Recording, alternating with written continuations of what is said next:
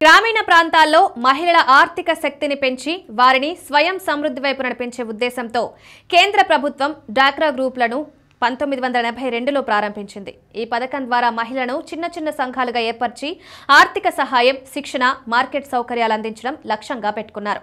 ఆ తర్వాత స్వయం సహాయక సంఘాలు డ్వాక్రా ఆధారంగా అభివృద్ధి చెందాయి. తెలంగాణ ఏర్పడిన తర్వాత రాష్ట్ర ప్రభుత్వం వీటికి మరింత బలమైన మద్దతు అందించింది. తాజాగా 32 జిల్లాలకు చెందిన 4079 స్వయం సహాయక సంఘాలకు రివాల్వింగ్ ఫండ్ కింద 6,11,85,000 విడుదల చేస్తూ సర్ప్ సీఈఓ దివ్యదేవరాజన్ ఉత్తర్వులు జారీ చేశారు. దీని ద్వారా ఒక్కో సంఘానికి 15,000 రూపాయల చొప్పున ఈ నిధులు పంపిణీ చేయనున్నారు.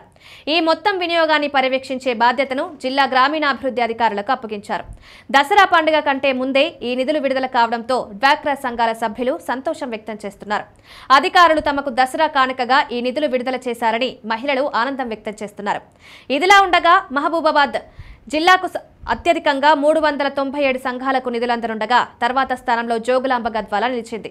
మంచిర్యాలలో కేవలం 3 సంఘాలకు మాత్రమే ఆర్థిక సహాయం చేరనుంది. డ్వాక్రా సంఘాల ద్వారా మహిళలు చిన్న స్థాయి వ్యాపారాలు ప్రారంభించేందుకు సహాయం పొందుతున్నారు. పశుపోషణ, కుట్టు యంత్రాలు, పాపడ్ తయారీ, మసాలా పొడి ఉత్పత్తులు, హస్తకళ ఉత్పత్తుల వంటి వాటిని చేపట్టే అవకాశం కలుగుతోంది. మహిళలకు బ్యాంకుల ద్వారా సులభ రుణాలు, తక్కువ వడ్డీపై రుణ సదుపాయం, శిక్షణా కార్యక్రమాలు, మార్కెట్ లింకేజీలు అందించడం జరుగుతోంది. ఈ విధంగా కుటుంబ ఆదాయాన్ని పెంచుకోవడంతో పాటు గ్రామీణ ఆర్థిక వ్యవస్థను బలోపేతం చేయడంలో డ్వాక్రా గ్రూపులు కీలక పాత్ర పోషిస్తున్నాయి. ప్రభుత్వం మహిళా సంఘాలకు పలు ఇతర సౌకర్యాలు కూడా కల్పిస్తోంది. శ్రీనిధి పథకం ద్వారా తక్షణ రుణ సదుపాయం, పింఛన్, బీమా వంటి సహాయక చర్యలు అమలవుతున్నాయి. అదనంగా మహిళా శిక్షణా కేంద్రాల ద్వారా వారికి ఆర్థిక సాక్షరత, వ్యాపార నిర్వహణలో అవగాహన కల్పిస్తున్నారు.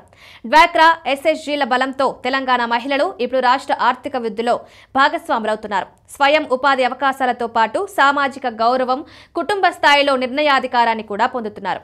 ఈ క్రమంలో ప్రభుత్వ ఆర్థిక సహాయం వారిని మరింత స్థిరత్వం వైపు నడిపిస్తోంది.